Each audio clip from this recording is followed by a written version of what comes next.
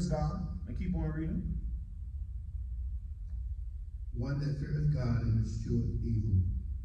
Then Satan answered the Lord and said, doth Job fear God for naught? Okay, stop there. Now, Satan says that Job fears God.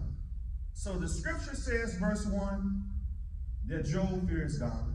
God himself says Job fears God. And Satan says, in this scripture, Satan is speaking, Job fears God. Read that last verse again.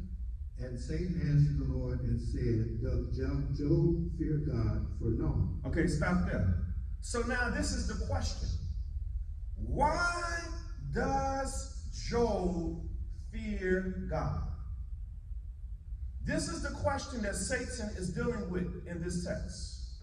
Why does Job fear God? And this is a question to you. Why do you fear God?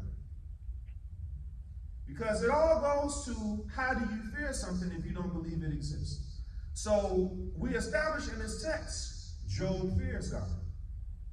The scripture said it, God said it, Satan said it. We are in agreement. Job fears God. But there is a question, why?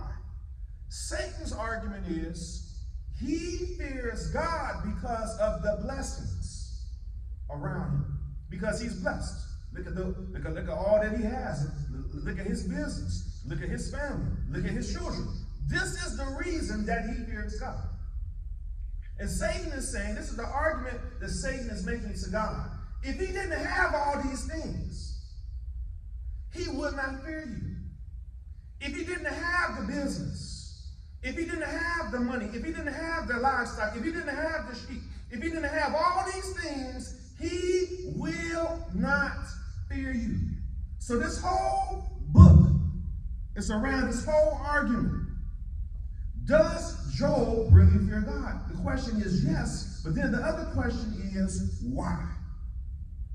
So as we go through this whole book, from the first chapter through